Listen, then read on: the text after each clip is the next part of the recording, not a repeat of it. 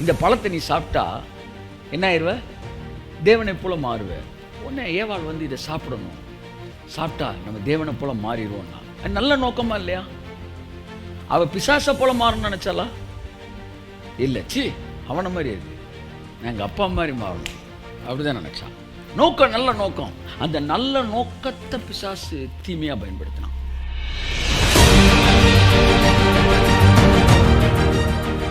அப்ப இன்றைக்கு தந்திரத்தை பத்தி நம்ம பார்க்கிறோம். பிசாசின் தந்திரங்களை ஏன் பார்க்கிறோம்? நம்ம புத்திமான்களாய் மாறும்போது பிசாசு நம்ம எல்லைக்குள்ள இருந்து வெளியே ஓடுறான். கையை தட்டு, வெளியே ஓடுறான். ஆமென், ஆமென், ஆமென். நீ எவ்வளவு நல்லவனாய் இருந்தாலும், ஆவியானவர் இன்னைக்கு உன்னை பார்த்து சொல்றாரு, நீ எவ்வளவு நல்லவனாய் இருந்தாலும் நீ பேதையாய் இருக்கும் வரைக்கும் அவன் உன்னை ஏமாற்றுகிற வேலையில் இருப்பான்.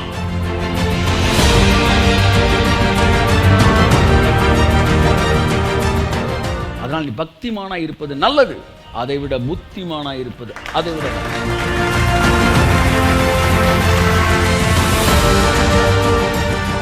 நான் 100% பொருளை கொடுத்துருக்கும், 100% கரையம் கொடுத்துருக்கும் போது எதுக்காக நீ 80% வாழ்க்கையில திருப்தி அடைகிறாய்? பிசாசு சொல்லுவான், இது போதாதா, நீ யாரா இது போதான்னு கேட்குறீங்க. 100 ரூபாய் கடையில் கொடுத்துட்டா 90 ரூபாய்க்கு பொருள் வாங்கிட்டு எந்த கிறுக்கனா சொல்லுவானா? எந்த முட்டாளும் வரமாட்டான். 100 ரூபா கொடுத்தா 100 ரூபாய்க்கு பொருள் வாங்குவான். அப்படிதான் எங்க அப்பா எவ்வளவு கரையம் கொடுத்தாரோ அவ்வளோத்தையும் அனுபவிப்பான்டா நான்.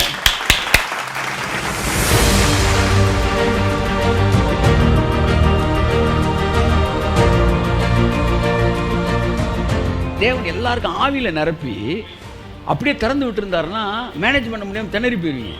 அதனால ஆவியில ஃபுல்லா நிரப்பி ஆத்துமான்ற டேப்பை கொடுத்துட்டாரு. ஆத்துமான்ற டேப்பு இதுக்கு ஆண்டவரே, அது அவன் விருப்பத்துக்கு திறந்துக்கிறட்டும்பா, அவன் எவ்வளோ திறக்கிறானோ வாங்கிக்கிறட்டும். சரீரம் பக்கெட்டு, கையை தட்டு ஒருத்தருக்கு. ஆமென். ஆமாம், டேப் பண்ணி திறந்தினா அது வந்துக்கிட்டே இருக்கும். எந்த இடத்திலே உங்களுக்கு அறிவு இல்லையோ அந்த இடத்திலே அவன் தந்திரம் வேலை செய்யும். எங்கே அவரை குறித்த வெளிச்சம் உங்களுக்கு இருக்கிறதோ அங்கே அவன் தந்திரங்கள் வேலை செய்யாது. கையை தட்டு.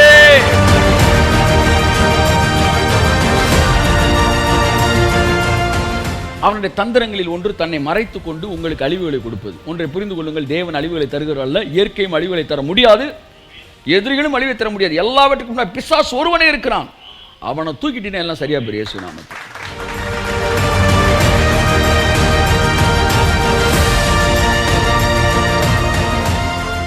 ஜெயம் கொள்வதில் என்றால் சேதத்தோடு பெற்றுக் கொள்வது, முற்றிலும் ஜெயம் கொள்வது என்றால் சேதமே இல்லாமல் ஜெயத்தை பெற்றுக் கொள்வது. அன்புக்குரியவர்களாகவே கர்த்தராகிய இயேசு கிறிஸ்துவின் நாமத்தினாலே உங்களை நான் வாழ்த்தி வரவேற்கிறேன். தேவனுடைய வார்த்தை வேதத்தில் சொல்லப்பட்டிருக்கிறபடி மிக அழகாக வேதத்தில் சொல்லப்பட்டிருக்கிறேன். அன்புக்குரியவர்களே, அதாவது கர்த்தருடைய மகிமையை கண்ணாடியில் காண்கிறது போல கண்டு அந்த சாயலாக இருக்கிற கர்த்தராலே தானே நாம் மகிமையின் மேல் மகிமை அடைகிறோம். அப்போ நம்ம எந்த அளவு தேவனுடைய வார்த்தையை நம்ம பார்க்க பார்க்க பார்க்க நம்முடைய வாழ்க்கை மகிமையின் மேல் மகிமை அடைந்து கொண்டே இருக்கிறது. திரும்பி பாருங்கள், நாம் ரட்சிக்கப்பட்ட நாளில் இருந்தபோது நம்முடைய வாழ்க்கை எப்படி இருந்தது, இன்றைக்கு நம்முடைய வாழ்க்கை எப்படி இருக்கிறது, எவ்வளவு விஷயங்களில் தேவன் மகிமைப்படுத்தியிருக்கிறார். இதற்கிடையில் என்ன நடந்து கொண்டிருந்தது? கண்ணாடியிலே, அதாவது வேத வசனமாய் கண்ணாடியிலே நாம் அவரை முகத்தை பார்க்க பார்க்க, வசனத்தை பார்க்க பார்க்க நம்மை தேவன் மகிமையிலிருந்து மகிமைக்கு, மகிமையிலிருந்து மகிமைக்கு லேயர் லேயராக அவங்கள மாற்றி மறுரூபமாக்குறார் பாருங்க. ஹல்லேலூயா. ஸோ ஒவ்வொரு பகுதியாக தேவன் நம்முடைய வாழ்க்கையில் மறுரூபப்படுத்தி கொண்டு வருகிறார், எவ்வளோ மாற்றங்களை ஏற்படுத்தி கொண்டு வருகிறார். ஸோ அப்படி ஒவ்வொன்றும் ஒவ்வொரு மண்டலத்துக்குள்ள ஒவ்வொரு செய்தியும் உங்களை புதிய புதிய மாற்றத்துக்குள்ளே கொண்டு செல்கிறது. சில செய்திகள் புதிய மண்டலத்துக்கே அழைத்து செல்கிறது. அப்படி ஒரு செய்தியாக இந்த நாளின் செய்தி இருக்கும். உங்கள் வாழ்க்கையை புதிய மண்டலத்துக்குள்ளே அழைத்து செல்லும். ஹல்லேலூயா. ஆமென். கரங்களை தட்டி கர்த்தருக்கு நன்றி சொல்லுவோம். Once again I welcome you all to this morning service. இந்த காலை நேர ஆராதனைக்கு உங்களை அன்புடன் நான் அழைக்கிறேன். கர்த்தர் தாமே உங்களை ஆசீர்வதிப்பார். இந்த நாளில் ஒரு புதிய சப்ஜெக்டை இன்னையிலேருந்து நான் பேச ஆரம்பிக்கலாம்னு நினைக்கிறேன். நிச்சயமாக இந்த வார்த்தை உங்கள் வாழ்க்கையில் பெரிய மாற்றத்தை கொடுக்கும். நியூ டாப்பிக்கில் நான் தொடங்கலாம்னு நினைக்கிறேன். அந்த செய்தியை குறித்து இப்பொழுது நாம் அதற்கான மூல வசனத்தை நாம் வாசிப்போம். என் அன்புக்குரியவர்களே, பிசாசின் தந்திரங்கள் என்கிற தலைப்பிலே இன்றிலிருந்து நான் உங்கள் மத்தியிலே ஒரு புதிய செய்தி, தொடர் செய்தியை நான் கொடுக்க விரும்புகிறேன். ஹல்லேலூயா. பிசாசின் தந்திரங்கள் என்கிற தலைப்பிலே உங்களிடத்தில் நான் வார்த்தையை பேச விரும்புகிறேன். நான் பேசுகிற ஒவ்வொரு விஷயத்திற்கும் வேத வசனத்தின் அடிப்படையிலே ஆவியானவர் அதற்கான விளக்கங்களை நமக்கு தந்துருவார். ஸோ இன்றிலிருந்து நாம் தொடர்ந்து தியானிக்க போகிற தொடர் தலைப்பு என்னவென்றால் பிசாசின் தந்திரங்கள். ஹல்லேலூயா. வாசிப்போம். 2 கொரிந்தியர். பரிசுத்த பவுல் கொரிந்தியருக்கு எழுதின 2வது நிருபம் 2ஆம் அதிகாரம் 11ஆம் வசனம். 2 கொரிந்தியர் 2:11 நான் வாசிக்கிறேன். சாத்தானாலே நாம் மோசம் போகாதபடிக்கு அப்படி செய்தேன். அவனுடைய தந்திரங்கள் நமக்கு தெரியாதவைகள் அல்லவே. கரங்களை தட்டி கர்த்தருக்கு நன்றி சொல்லுவோம். ஹல்லேலூயா. அவனுடைய தந்திரங்கள் நமக்கு தெரியாதவைகள் அல்லவே. சாத்தானின் தந்திரங்கள் என்ன சொல்லுங்க? சாத்தானின் தந்திரங்கள். கரங்களை தட்டி கர்த்தருக்கு நன்றி சொல்லுவோம். ஆமென். பரிசுத்த பவுல் சொல்லுகிறார், அவனுடைய தந்திரங்கள் நாம் அறியாதது அல்லவே அப்படின்னு. அவனுடைய வல்லமை நமக்கு தெரியாத அல்லவேன்னு சொல்லலை. வல்லமை பற்றி அவன் பேசலை. பவுல் வல்லமை பற்றி இங்கே அவர் பேசலை. ஏன்னா அவருக்கு நல்லா தெரியும், துரைத்தனங்களையும் அதிகாரங்களை உரிந்து கொண்டு வெளியரங்க கோலமாக்கி சிலுவையிலே எல்லா வல்லமையும் உரிந்து கொண்டார்னு அவனுக்கு தெரியும். ஸோ வல்லமை பிசாசை பற்றி ரொம்ப இந்த வல்லமையை பற்றி பேசுகிறதெல்லாம் it is not God's wisdom. ஏன்னா அவனுடைய வல்லமை உரிந்து கொள்ளப்பட்டது. இங்கே பவுல் பேசுவது பிசாசின் தந்திரங்கள் நாம் அறியாதவைகள் அல்லவே. அல்லேலூயா சொல்லுங்க. ஹல்லேலூயா. ஒருவேளை பிசாசோட வல்லமையை பற்றி சிலர் பேசினாலும் அது கூட பிசாசின் தந்திரம்ன்றேன் நான். ஸோ பிசாசின் தந்திரங்கள். சிலர் சொல்லுவாங்க பிசாசை பற்றி ரொம்ப பேசுவாங்க பாருங்கள். அவன் பயங்கரமானவன், பில்லி சுனியை வச்சா பயங்கரமாயிரும், அவன் உங்களுக்கு தெரியாதுங்க, அவன் அப்படியாக்கும் இப்படியாக்கும். அவங்கள பேசாமல் என்ன செஞ்சிடலாம், கையில் ஒரு பேக்கை கொடுத்து இன்னையிலேருந்து உன்னை பிசாசோட ரெப்ரசன்டேட்டிவாக மாற்றுகிறேன், உலகமெங்கிலும் இப்போ இதே பேசு அப்படின்னு. ஏன்னா ஒரு ரெப்ரசன்டேட்டிவ்னா யார்? தான் கம்பெனியை பற்றி பேசுகிறவன் தான் ரெப்ரசன்டேட்டிவ். இப்போ நான் ஒரு கம்பெனியில் வேலை பார்க்குறேன்னா என் கம்பெனியை பேசணும். இப்போ நீங்கள் இயேசு கிறிஸ்துட்ட வந்திருக்கிறீங்க. அவர் அந்த சராசரன் படைத்தவர், பிசாசுக்கெல்லாம் மேலானவர். அவர் ஒருவரால் மட்டும்தான் வாழ்க்கையில் நல்லா வாழ வைக்க முடியும். அவர் இல்லாமல் என்னை யார் இந்த உலகத்திலேருந்து விடுதலை செய்ய முடியாது. அதனால் அவர் இடத்துல வந்திருக்கிறேன். அவர் எல்லாவற்றையும் பிசாசை ஜெயிச்சிருக்கார். அவர் தானே ஜெயிச்சிருக்கான்னு தெரியுது. அவரை பற்றி மட்டும் பேசு. பிசாசை பற்றி என்ன செய்யாத, பேசாத. ஏன்னா அவன் தோற்று போனவன். ஆமென். ஆனால் சிலர் எப்போ பார்த்தாலும் அவனை பற்றியே தான் பேசுகிறது. அவன் அப்படியாக்க சார், இப்படியாக்க சார், அப்படியாக்கணும். இது ஒரு எக்ஸ்ட்ரீமு. இதுதான் பிசாசோட ஒரு விதமான தந்திரம். அவனை பற்றி பேசி பேசி பேசி மக்களுக்கு அவனை குறித்தே பயம். இந்த நிமிஷத்தில் பிசாசு என்ன செய்கிறான்னு கேளுங்க, தெளிவாக சொல்லுவாங்க. ஆனால் இந்த நிமிஷத்தில் ஆவியானவர் என்ன செஞ்சுட்டு இருக்காரு கேளுங்க. அப்போது மைண்டு அவன் என்ன செய்கிறான்னு ரெண்டு மனதும் ஒன்றாயிடுச்சு. நீ வேறு நான் வேறு அல்லன்னு அவன் என்ன செய்கிறான்னு இவன் சொல்கிற அளவுக்கு ஆயிடுச்சு. ஆனால் உன் மனசில் என்ன நிறைஞ்சிருக்கணும், அவன் என்ன செய்கிறான்னு அல்ல, தேவன் என்ன செஞ்சுக்கிட்டு இருக்காரு. இப்போ கையை தட்டு. ஆமென். இந்த நிமிடம் தேவன் என்ன கையேங்கி கொண்டிருக்கிறார். இந்த நிமிடம் தேவன் எனக்காய் உதவி செய்து கொண்டிருக்கிறார். இந்த நிமிடம் சர்வ வல்லவர் தம்முடைய ஆவியானவரை அனுப்பி அந்த ஆவியானவர் இப்பொழுது எனக்காய் சகல காரியங்களையும் செய்து கொண்டிருக்கிறார் என்கிற மனநிலை அவசியமாக இருக்கிறது. வல்லமை என்று வரும்போது அங்கு பிசாசு ஒன்றுமே கிடையாது. சிலுவைக்கு முன்னாடி வல்லமை இருந்தப்பவே அவனால் வேலை பார்க்க முடியல. சிலுவைக்கு அப்புறம் இருக்கிறதே உரிந்து கொண்டார் தேவன். அப்புறம் ஒரு காலத்தில் அது கொஞ்ச நாள் கழிச்சு ஜெபம் பண்ணிட்டு இருக்கிறேன். மோசே முட்செடி நடுவிலே, முட்செடிக்கு பக்கத்தில் ஆடு மேய்ச்சிருக்கும்போது முட்செடியின் நடுவே தேவன் தோன்றுறார். பார்த்தா தேவனை தரிசிக்கிறான், பிசாசு தரிசிக்கல. மோசே முதலாவது யாரை தரிசிக்கிறான்? தேவனை தரிசிக்கிறான். முட்செடியிலே தோன்றிய தயவு அவன் மேலே இறங்குது. அதுக்கப்புறம் தான் பார்வோனை சந்திக்கிறான். கையை தட்டு. ஆமென். முதலாவது மோசே தேவனை முச்செடியில் பார்க்குறான். ரெண்டாவது தான் பார்வோனை பார்க்குறான். இயேசு முதலாவது இவர் என் நேசகுமாரன்ற சத்தத்தை வானத்திலேருந்து கேட்குறாரு. அப்புறம் தான் டெவலப் போய் அங்கே மீட் பண்ணுறாரு. ஃபேஸ் பண்ணி என்ன செய்கிறாரு, காலி பண்ணுறாரு. பவுலும் முதலாவது தமஸ்கு நேர்த்தருவில் ஏறத்தான் பார்க்குறான். கர்த்தராகிய இயேசு கிறிஸ்துவை தான் தரிசிக்கிறான். அதுக்கப்புறம் தான் 2 கொரிந்தியர் எழுதும்போது தான் பிசாசு தந்திரத்தை பற்றி பேசுகிறான். போகிற போக்கில் அவனையும் பார்த்துக்காப்பா அப்படின்ற மாதிரி. ஸோ எப்போ பார்த்தாலும் பிசாசை பற்றியே பேசுகிறது. இது ஒரு எக்ஸ்ட்ரீம். இன்னொரு எக்ஸ்ட்ரீம் இருக்குது. என்ன நீங்கள் எப்போ பார்த்தா பிசாசே பேசக்கூடாது, பிசாசே இல்லை. அங்கேயும் யார் தான் இருக்கான், அங்கேயும் பிசாசு தான் அவளை பார்த்துட்டு இருக்கான். நான் இருக்கிறேன்றதும் பிசாசு தான், என்கிட்ட பவர் இருக்குன்னு சொல்கிறதும் பிசாசு தான். என்கிட்ட ஒன்றுமே இல்லை, என்கிட்ட தந்திரம் கூட இல்லை, அவனால் ஒன்றும் செய்ய முடியாதுன்னா புதிய ஏற்பாட்டில் அவனை பற்றி எழுதி இருக்க வேண்டிய அவசியம் இல்லை. இன்ஃபேக்ட் அவன் ஒன்றும் செய்ய முடியாதுன்றதை நீங்கள் கண்டுபிடிக்கணும். புரியுதா உங்களுக்கு? அதாவது அவன் வல்லமை அவன்கிட்ட கிடையாது, அதனால் அவன் வல்லமையை பற்றி பேச வேண்டிய அவசியம் இல்லை. இது 100% உண்மை. அது இவங்க சொல்கிறது உண்மை. அதை பற்றி பேசவே கூடாது. இவன் பேசிக்கிட்டு இருக்கான் தப்பு, அது இல்லைன்னு சொல்கிறாங்களே அது உண்மை. அப்புறம் எதை வச்சு இப்போ வேலை பார்த்துக்கிட்டு இருக்கிறான்? அவனுடைய தந்திரங்களை வச்சு வேலை பார்த்துக்கிட்டு இருக்கிறான். ஏன்டே கேட்டிருக்கான், பிசாசு நியூ கவர்னமெண்ட்டில் அவன் இல்லவே இல்லைன்றீங்க, அவன் வேலையில் இன்னைக்கே அவன் இல்லை, அவனுடைய பவரே கிடையாது. There is no more power to devil. Then which power is from which power is operating அப்படின்னா டிசப்ஷன். டிசப்ஷன். இவங்க அந்த தந்திரங்களை பற்றியும் சொல்ல மாட்டாங்க. அப்போ இவன் குழப்பத்தில் வருகிறான். ஒன்றுமே இல்லைன்னார் பாஸ்ட்டு, ஆனால் இங்கே எனக்குள்ளே இவ்வளோ அழிவு நடக்குது, இதெல்லாம் எப்படி நடக்குது?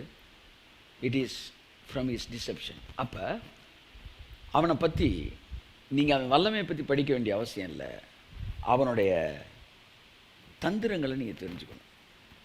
ஏன்னா பைபிள் தெளிவாக சொல்லுது, பவுல் எழுதுகிறாரு, பிசாசின் தந்திரங்கள் நாம் அறியாதவைகள் அல்ல. தந்திரம்னா என்ன? இல்லாததை இருக்கிற மாதிரி காட்டுறது. அல்லையா சொல்லுங்கள். செய்ய முடியாததை செய்கிற மாதிரி காட்டுறது. அல்லையா சொல்லுங்கள். தீபாவளி துப்பாக்கியை வச்சுக்கிட்டு அப்படியே ரிவால்வர் மாதிரி காட்டுறது. இப்படி பொய் சொல்கிறது. அந்த பொய்ன்றதும் அது எப்படி பொய்ன்றது நீங்கள் கண்டுபிடிக்கணும். வேத வசனத்தில் ஆவியானவங்க சொல்லிக் கொடுக்கும்போது அதை புரிஞ்சுக்கணும். கண்டுபிடிக்கிறதில்ல, புரிஞ்சுக்கிட்டிங்கன்னா உங்களுக்கு ஆழ் மனதில் இருக்க பயமும் போயிடும். இந்த செய்தி உங்கள் ஆழ்மனதின் பயத்தையும் மூளையில் இருக்கிற முடிச்சுகளையும் அவிழ்த்து விட போகிறது. கரங்களை தட்டி கர்த்தரை நன்றி சொல்லுவோம். ஆமென், ஹல்லேலூயா. நம்ம பிசாசோட தந்திரத்தை பார்க்க போகிறோம். படிக்க என்ன ஆக போகுதுன்னா, பிசாசு மேலே நமக்கு ஜெயம் வரப்போகுது. அதாவது நம்மளுடைய வாழ்க்கையில் மாற்றங்கள் வரப்போகுது. அவன் மேலே இருந்த பயங்கள் ஒட்டிக்கிட்டு அங்கங்கே இருந்த பயங்கள் எல்லாம் வெளியே போக போகுது. கரங்களை தட்டி கர்த்தரை நன்றி சொல்லுவோம். That is the motive of this message. ஆவியானவர் இதை பற்றி பேச சொன்னார். ஓகே, ஸோ பிசாசை பற்றி படிப்பது அவசியமா? அவனுடைய சூழ்நிலையை பற்றி.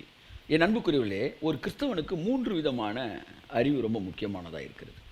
ஒன்று, தான் ஆராதிக்கிற தேவன் யார் என்று தேவனை குறித்த அறிவு.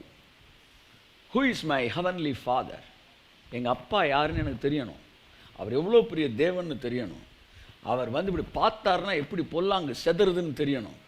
அவர் இந்த உலகத்தை எப்படி படைச்சாரு தெரியணும். அவர் எப்படி ஆடு மேய்க்கணும்னு அரசனாக்குனார் தெரியணும். அவர் எப்படி ஒழுங்கின்மையான உலகத்தை ஒழுங்காக்குனார் தெரியணும். அவர் எப்படி குணமாக்க முடியாத வியாதிகளை சுகப்படுத்தினார். இந்த உலகத்தில் மருந்தே இல்லாத எத்தனை வியாதி அப்படின்றக்குள்ள தேவன் சுகப்படுத்துறார். எங்கள் அப்பா யாரு, அவருடைய வல்லமை என்ன என்கிற அறிவு ஒரு ரட்சிக்கப்பட்ட ஒருவனுக்கு தேவை. முதல் அறிவு. இரண்டாவது அறிவு, அவருடைய பிள்ளையாகிய நான் யார், என்னுடைய சாயல் என்ன, என்னுடைய பாதுகாப்பு என்ன, என் மீது பிதா வைத்திருக்கிற அன்பு என்ன, எனக்கு கொடுக்கப்பட்டிருக்கிற அதிகாரம் என்ன, இந்த பூமியிலே எனக்கு கொடுக்கப்பட்டிருக்கிற ஆளுகை என்ன என்று தன்னை குறித்து தன் சாயலை குறித்து அறிகிற அறிவு இரண்டாவது முக்கியமான அறிவு. மூன்றாவது, என்னுடைய எதிரி யார்.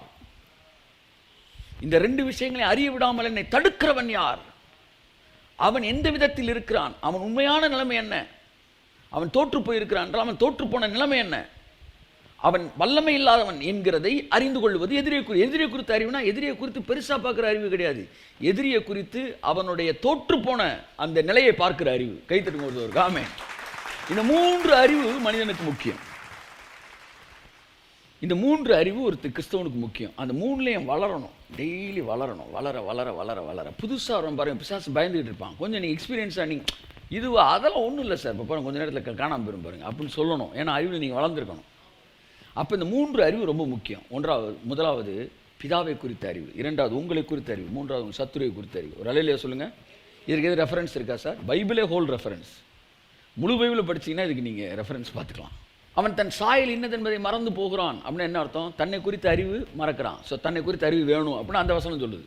இப்படி பல இடங்களில் ஸ்கேட்டர்டாக இருக்குது. இந்த 3 அறிவு வேணும்ன்றது ஒரே இடத்துல வேணும் அப்படின்னாலும் உங்களுக்கு நான் தர்றேன். எங்கே?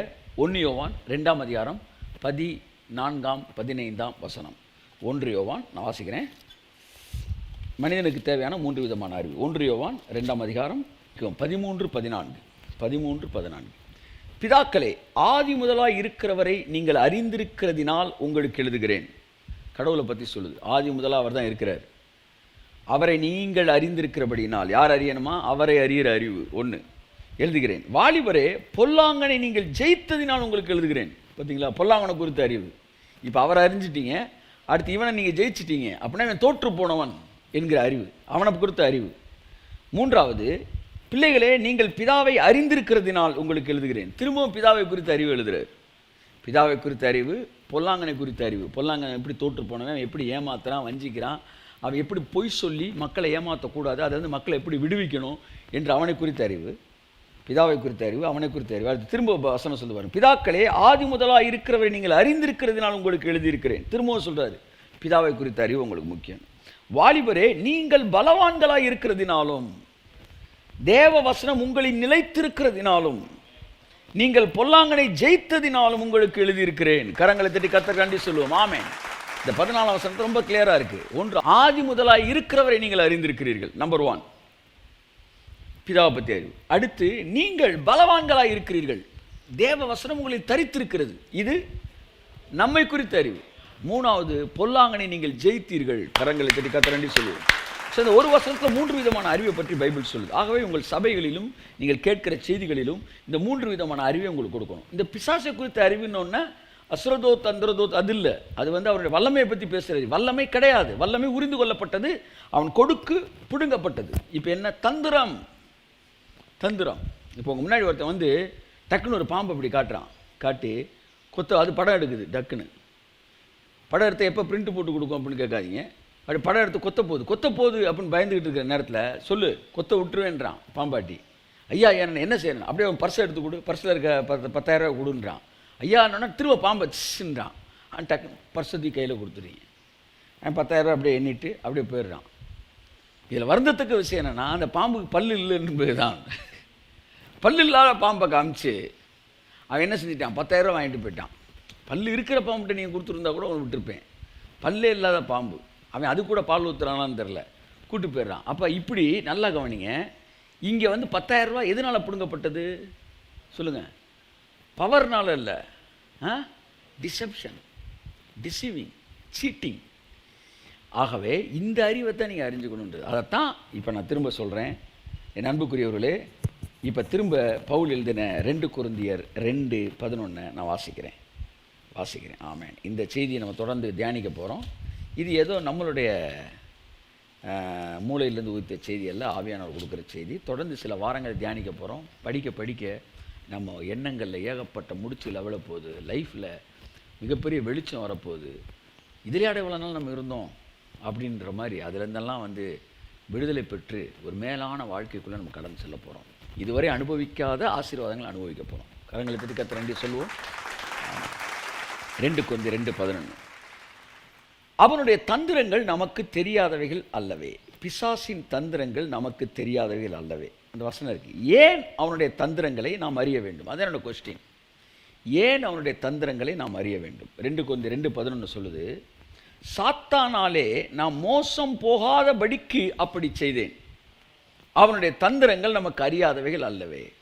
அப்போ எதுக்காக சாத்தானுடைய தந்திரத்தை தெரிஞ்சுக்கணும்? அவன் தந்திரத்தை நீ தெரிஞ்சுக்கிறாட்டி அவன் உன்னை மோசம் போக்கிடுவான்.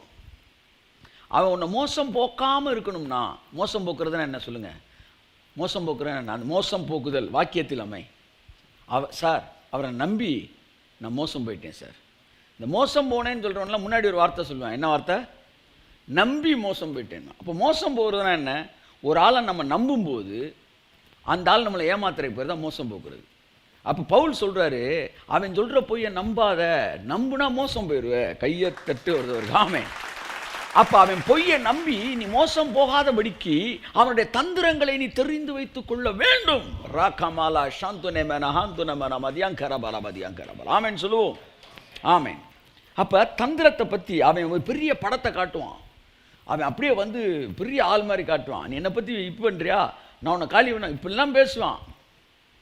அவன் பேசியே உங்களை சாகடிச்சிருவான். கோலியாத்து என்ன செய்கிறான்?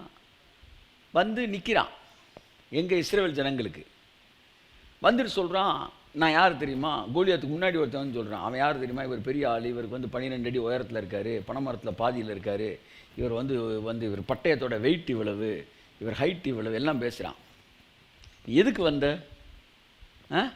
சண்டை போட வந்த. கத்தி எடுத்துகிட்டு வந்தீங்கன்னா குத்திட்டு போடா. நீ எதுக்கு இப்போ வந்து நீ இவ்வளோ பேச்சு பேசிக்கிட்டு இருக்கிற? அப்போ ஒரு நாய் குலைக்குதுன்னா அது கடிக்காதுன்னு அர்த்தம். கடிக்கிற நேரம் வந்து லவக்குங்க வீட்டு போயிரும்ல, ஓன்னு கத்திக்கிட்டு இருக்குன்னு வச்சுக்கோங்களேன், நீ தைரியமாக போயிட்டே இருக்கலாம். ஆனால் சில நாய் மெதுவாக வந்து அப்படி லைட்டாக அப்படி பக்கத்தில் சுற்றி வந்துச்சுன்னா கொஞ்சம் ஜாக்கிரதையாக இருக்கணும். டவக்குன்னு டேஸ்ட் பண்ணிட்டு போயிடும் கறியை. இவன் கோலியாத்து கொல்ல வந்தவன் எதுக்கு பேசிட்டு இருக்கான்னு தெரியல. உள்ளே பூந்து வெட்ட வேண்டியான ஓடிடுவாங்க மக்கள். அவனுக்கு தெரியும், என்னுடைய பலத்தை விட பவர்ஃபுல்லானது, என் உடம்பை விட பவர்ஃபுல்லானது என்னோட நாக்கு அப்படின்னு அவனுக்கு தெரியும். என் உடம்பை வச்சு வெட்டுனான்னு வச்சுக்காங்களேன், 10 பேரை வெட்டலாம் கோலியாத்து, 100 பேரை வெட்டலாம். ஆனால் அவன் பேசினால 1,00,000 பேரை மிரட்டிட்டான். அவன் இறங்கி வெட்டியிருந்தா 10 பேரை தான். ஏன் சார் 1,00,000 பேர் இருக்கிறாங்க, 50,000 பேரை வச்சுக்கோங்க சார். 50,000 பேர் சேர்ந்து கோலியாத்து மேலே விழுந்தா போதாதா? செத்துற மாட்டான கோலியாத்து? ஒவ்வொருத்தரும் நரம்ப உருவிட மாட்டாங்களா? அவனுக்கு தெரியும், என் உடம்பு பலத்தில் 100 பேரை நான் காலி பண்ண முடியும், ஆனால் என் நாக்கு பலத்தில் 1,00,000 பேரை நான் அரெஸ்ட் பண்ண முடியும். அந்த வல்லமையில பிசாசினை கொண்டு வேலை பார்த்துக்கிட்டான். தெரிஞ்சுக்க, அவன் கை பலத்தில் அவன் கூட இப்போ பேசல, அவன் நாக்கு பலத்தை வச்சு அவனை ஜெயிச்சு ஏமாத்திக்கிட்டு இருக்கிறான். அவனால மோசம் போகாதே, பயப்படாதே, இயேசு நாமத்தினால பயப்பட, மோசம் போகாத, உன் தலைமுடி ஒன்றும் கீழே விழாதுன்றார் கர்த்தர். நாம் சாத்தானாலே மோசம் போகாதபடிக்கு அழகாக எழுதி வச்சார் கர்த்தர் பவுல் மூலமாக. கர்த்தருக்கு மகிமை உண்டாகட்டும். பவுலை கர்த்தர் ஆசீர்வதிப்பாராக. அவனால் மோசம் போகாதபடிக்கு உங்களுக்கு எழுதி வைக்கிறேன், அவனோட தந்திரங்கள் நாம் அறியாதவைகள் அல்லவே என்றான். பிசாசுன்னு பேசும்போதெல்லாம் வல்லமைனே பேச மாட்டேன்றான் சார். அவன் ரொம்ப தெளிவாக தந்திரன்னு பேசுகிறான் சார். இன்னொரு வசனம் பார்ப்போம் சார். 2 கொரிந்தியர் 11ஆம் அதிகாரம் 3ஆம் வசனம்.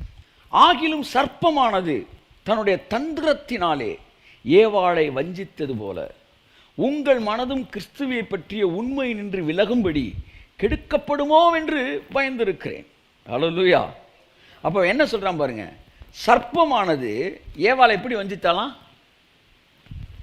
ஏவாளை எப்படி வஞ்சிச்சான்? சர்ப்பம் தந்திரத்தில் தான் வஞ்சிச்சான், பவர்லலாம் இல்லை. பவர்னு என்ன தெரியுமா? ஏவாள் வாயை பிடிச்சி டப்புன்னு பழத்தை எடுத்து மிக்சியில் போடுற மாதிரி டவக்குன்னு வாயில் அமைக்கிருக்கணும். ஆனால் அதை செய்ய முடியாது. தொட்டான்னா சாத்தான் ஒரு ஒரு சரித்திரமே இருந்திருக்காது, கருகி இருப்பான். அவனுக்கு தெரியும் தொட முடியாது. அப்போ தந்திரம். ஏன்னா வல்லமையில் அப்போ சாத்தானோட ஆதாம் மிகப்பெரியவனாக இருந்தான். ஏவாள் இருந்தார்கள், அவர்கள்லாம் ஆசீர்வதிக்கப்பட்டவர்களாக இருந்தார்கள், வளர்ச்சிக்குள்ளாக இருந்தார்கள். அதிகாரம் அவன்கிட்ட நேரடி பவர் இல்லாட்டம் கூட அவனுக்கு பின்னாடி இருக்க பவர் பவர்ஃபுல்லாக பயங்கரமாக இருந்துச்சு. புரியுதா உங்களுக்கு? புரியுது. அப்படி தான் ஆதாமுக்கு பக்கத்தில் சாத்தானைக்கு இருந்தப்போ ஒரு பாடி கார்டாக தான் இருக்கிறான். ஆனால் அவனை தூக்குறதுக்கு உட்கார வைக்கிறதுக்கான பவர் ஆதாமே வாழ்க்கை இருந்துச்சு. அதனால் அவனை நெருங்க முடியாதுன்னு பிசாசுக்கு நல்லா தெரியும். அப்போ எப்படி இவனை காலி பண்ணுற? தந்திரத்தினாலே வஞ்சித்தான். அப்படின்னா ஏமாத்து. இன்றைக்கும் நீ தான் பவர்ஃபுல்லானாள். கையை தட்டுங்க, ராமே, நீ தான் பவர்ஃபுல்லானாள். நீ நினச்சா அவனை தூக்கலாம், நீ நினச்சா அவனை இறக்கலாம். இந்த வேதம் சொல்லுது, தேவ தூதர்கள் யாவரும் அவரை பணிந்து கொள்ள கடவர்கள். யாவருன்ற இடத்துல லூசிபர் வந்துடுறான். எந்த பிசாசு அவர் எதிர்த்து நிற்க முடியாது, பணிந்து கொண்டு தான் ஆகணும். எங்கே போனாலும் கீழ்ப்படிஞ்சு தான் ஆகணும். அவரை தானே நான் சொல்லியிருக்கேன், அவரோடு கூட தான் நான் உட்கார்ந்துருக்கிறேன் உன்னதங்கள்ல. அதனால் அதுதான் அவருடைய ரியாலிட்டி. இந்த ரியாலிட்டியில் தான் பிசாசு எங்கேனாலும் என்ன செய்யணும்? கீழ்ப்படிஞ்சு ஆகணும். அவனுக்கு தெரியும் ஏவாளை நம்ம தொட முடியாது, ஆனால் ஏமாற்றலாம். அப்படி ஏமாத்தினான். பவரே இல்லாமல் பவருக்கு வர்றதுக்கு ஏமாத்துற மாதிரி. இன்றைக்கி ஒன்றும் அவன் ஏமாற்றக்கூடாது, ஜாக்கிரதையாரு. ஒன்று பயமுறுத்தி ஏமாத்திடக்கூடாது. நீ மோசம் போகாதபடி தான் நான் சொல்கிறேன்றான். அல்லேலூயா சொல்லுங்கள், ஆமென். அப்போ நல்ல விஷயத்தை பேசி தான் அவன் என்ன சொன்னான் பாருங்கள். பிசாஸ்ட்ட என்ன, ஏவாள்கிட்ட என்ன பேசினான்னு சொல்லுங்கள். என்ன சொன்னான்? இந்த பழத்தை நீ சாப்பிட்டா என்ன ஆயிடுவ? தேவனை போல் மாறுவ. உடனே ஏவாள் இதை சாப்பிடணும், சாப்பிட்டா நம்ம தேவனை போல் மாறிடுவோன்னா. அது நல்ல நோக்கமா இல்லையா? அவள் பிசாசை போல் மாறணும்னு நினச்சாலா? இல்லை, சி அவனை மாதிரி இருக்கு, நான் எங்கள் அப்பா மாதிரி மாறணும் அப்படி தான் நினச்சா. நோக்கம் நல்ல நோக்கம். அந்த நல்ல நோக்கத்தை பிசாசு தீமையாக பயன்படுத்தினான். இன்றைக்கி உனக்குள்ள நல்ல நோக்கங்கள் இருக்கும், ஆனால் அந்த நோக்கங்களை பயன்படுத்தி தந்திரத்தில் பிசாசு உன்னை தரித்திர வாழ்க்கை வாழ வைக்க முடியும், உன்னை வியாதியான வாழ்க்கையை வாழ வைக்க முடியும். நல்ல நோக்கம் தான் உனக்கு இருக்கும், அந்த நல்ல நோக்கத்தை பயன்படுத்தி உன்னை காலி பண்ண பார்ப்பான். நன்மையானதை கொண்டு உனக்கு மரணத்தை உண்டாக்கினான், பைபிள் அப்படி தானே சொல்லுது. அப்போ அவளுக்கு நல்ல நோக்கம் இருந்துச்சு, அதை வச்சு தப்பான பழத்தை, இந்த பழம் சாப்பிட்டா நீ எப்படி ஆயிரலான்னு போய் சொல்லி கொடுத்தான். அவள் என்ன செஞ்சிட்டா? நல்ல நோக்கத்தில் பிசாசு மாதிரி மாறணும் விரும்பலை, கர்த்தரை மாதிரி மாறணும். அது உண்மையாக இன்றைக்கி சர்ச்சில் தானங்க சொல்கிறீங்க, தேவனை போல் மாறு, தேவனை போல் உன் வாழ்க்கை மாறட்டும், அவருடைய சாயலுக்கு ஒப்பாய் மாதிரி தானே சொல்கிறான். ஏன் எத்தா அவளும் நினச்சா. ஆனால் நோக்கம் சரியான நோக்கம், ஆனால் பேசினால் தப்பான ஆள், அதனால் தப்பான பழத்தை கொடுத்து ஏமாற்றிட்டான். இன்றைக்கும் கூட பரலோகத்துக்கு போகணும் நிறையா பேர் ஜெபம் பண்ணிட்டு இருக்காங்க. நல்ல நோக்கமா இல்லையா? நரகத்துக்கு போகணும் நான் ஜெபிக்கிறேன், பரலோகத்துக்கு போகணும் தான் ஜெபிக்கிறான், அதுக்கு தான் ஒழுங்காக வாழணுன்றான். நல்ல நோக்கம். ஆனால் இந்த நல்ல நோக்கத்தை வச்சு எப்படி ஏமாத்துறான் பாருங்க ஜனங்களை. நான் சொல்கிறேன், பிசாசின் தந்திரம். நீ பரலோகத்துக்கு போகணும் அப்படின்னு சொல்லிட்டு, ஆனால் போகிற வரைக்கும் இந்த பூமியில் நீ தோற்று போன ஒரு பிச்சைக்காரனான வாழ்க்கையை வாழ வேண்டும் என்று ஜனங்களை பரலோகத்துக்கு ஃபோக்கஸ் பண்ணி பூமியில் தோற்று போன ஒரு வாழ்க்கை. இதான் உனக்கு கிடையாது, உனக்கு ஆசீர்வாதம் கிடையாது, ஐஸ்வர்யம் கிடையாது, ஆரோக்கியம் கிடையாதுடா, உனக்கு நல்ல குடும்பம் கிடையாது, வாழ்வு கிடையாது, சமாதானம் கிடையாது, சந்தோஷம் கிடையாது பொய் சொல்லி ஜனங்களை வஞ்சித்து ஏமாற்றி பரலோகத்துக்கு போகணும் என்ற நல்ல நோக்கத்திற்கு பின்பாக தந்திரத்தை பயன்படுத்தி இந்த பூமியில் அவர்களை தரித்திரராய் வாழ வைத்துக் கொண்டிருக்கிறார். ஏன்னா ஜனங்களுக்கு தெரியல, இந்த பூமியிலே நாங்கள் ஆளுகை செய்வோம் என்கிற வெளிப்பாடு இல்லாததினாலே பரலோகத்துக்கு போகின்ற வார்த்தையை பயன்படுத்தி அவங்களை ஏமாத்துறாங்க. அன்புக்குரியவர்களே, இதில் என்ன உனக்கு பெனிஃபிட்டு? என்ன பெனிஃபிட்டு? இந்த பூமியில் உங்களை பிச்சைக்காரனாக வாழ வைக்கலாம், உங்களை தரித்திரராக வாழ வைக்கலாம், உங்களை கஷ்டப்படுத்தலாம், உங்களை கதற வைக்கலாம். இதில் என்ன பெனிஃபிட்டு?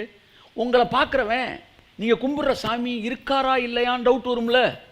உங்களை பார்க்குற 1000 பேருக்கு அந்த 1000 பேருக்கு ஒன்று சொல்லுவான், பத்தியா இவன் சாமியை தான் நான் கும்பிட்றாயா, அவன் வாழ்க்கை எப்படி இருக்கு பாரு. அப்போ அவன் வாழ்க்கைக்கே ஒன்றும் அந்த சாமி கொடுக்க முடியாதப்ப அந்த சாமி நீ கும்பிட்டு என்ன பண்ண போகிற? உனக்கு இது கிடச்சிருமா? அப்படின்னு ஒன்றை வச்சு 1000 பேருக்கு அவன் பிரசங்கம் பண்ணணும். அதுக்கு தான் ஒன்று தோற்று போன ஒரு வாழ்க்கை வாழ வைக்க அவன் திட்டம் திட்டி இருக்கிறான். உங்ககிட்ட வந்து எப்படி சொல்கிறேன், நீ என்ன நினச்சிக்கிட்டு இருக்க? இந்த பூமியில் பாடுகளோடு தான் இருக்கணும், ஆனால் பரலோகத்துக்கு போயிடுவோமியா உன்ட்ட இப்படி பேசுகிறான், நீ நம்பிக்கிட்டு இருக்கிற, நீ சகிச்சுக்குவே. ஆனால் உன்னை வச்சு இன்னும் 1000 பேர் அவன் நரகத்துக்கு கூட்டு போயிடுவான். கொஞ்ச நாள் கழித்து அவனுக்கு வந்துச்சுல டவுட்டு, உன்னைக்கே இவன் கடவுள் இருக்காரா இல்லை அப்படின்னு நினச்சான்ல, அதே டவுட்டு உனக்கு வரணும். அடுத்து என்னடா நம்ம லைஃப்பில் என்னதான் இருந்தாலும் ஒன்றுமே இல்லைன்னா கூட ஏதாச்சும் ஒன்றாச்சும் கர்த்தர் செஞ்சுருக்கலாமே அப்படின்னு அடுத்து உனக்குள்ள டவுட்டை கொண்டு வந்து ஒன்னையும் பின்மாற வச்சு ஒன்னையும் நரகத்துக்கு கூட்டு போகணும். இதான் திட்டம். இது எல்லாம் எந்த நோக்கத்தில் ஆரம்பிச்சிச்சு? பரலோகத்திற்கு போக வேண்டும். அந்த நல்ல நோக்கத்தை வச்சு தந்திரத்தில் வச்சு அடித்தான் அவங்கள. பரலோகத்துக்கு போகின்ற நோக்கம் நல்லது, ஆனால் பூமியில் சிறப்பான வாழ்க்கை ஒன்று எனக்கு வைத்திருக்கிறார் என்கிற வெளிச்சத்தை பெற்றுக்கொண்டவனாய் இருப்பாயானால் இந்த பூமி உனக்குரியதல்ல என்று சொல்லுகிற பிசாசின் தந்திரத்தை நீ புரிந்து கொள்வாய். கரங்களை தட்டி கர்த்தர் நன்றி சொல்லுவோம். ஆமென்.